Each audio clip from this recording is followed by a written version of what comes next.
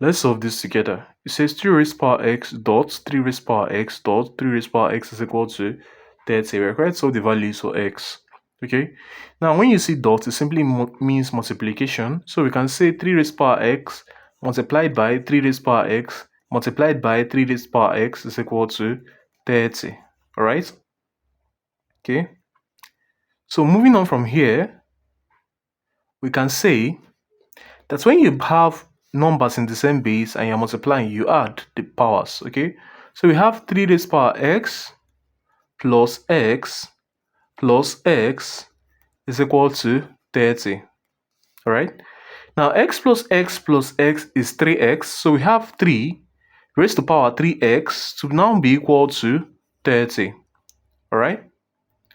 Now, moving on from here, we can now say that let us take the logarithm to the base of the number carrying x.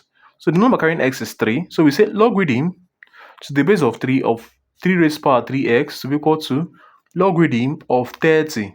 All right. In base 3 as well. Now, when you have something like this, the power will multiply the log. So we have 3x multiplied by logarithm of 3 to base 3 to be equal to logarithm to base 3 of 30. All right.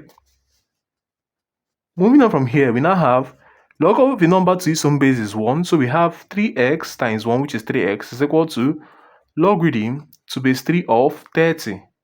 Hence, our x now becomes equal to 1 over 3 multiplied by logarithm to base 3 of 30. All right. And this boils down to our final answer to this question. Thanks for watching. See you guys in my next video.